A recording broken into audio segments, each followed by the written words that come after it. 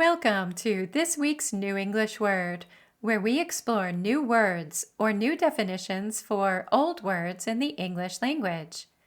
This week's word is right to repair. Right to repair. This noun phrase means the legal right for owners of devices and equipment to freely modify and repair products. When we buy devices, it is often required that we use the manufacturer's repair service.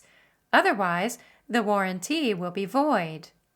And manufacturers often make getting replacement parts for their devices difficult or impossible. Right to repair laws try to prevent this behavior from manufacturers. Let's take a look at an example. If you have an older smartphone, the battery might be starting to fail. You might not be able to afford a new phone, so you just want to replace the battery. If you replace it by yourself, or an unofficial repair shop installs a new one, the warranty you have on the phone may become void.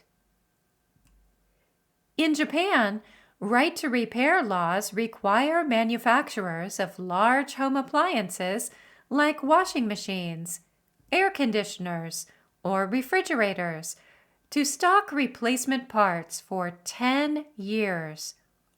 So your appliance should be able to be repaired for up to 10 years after purchase. But if your appliance needs a new part after that, it might be impossible for even an official repair service to fix it.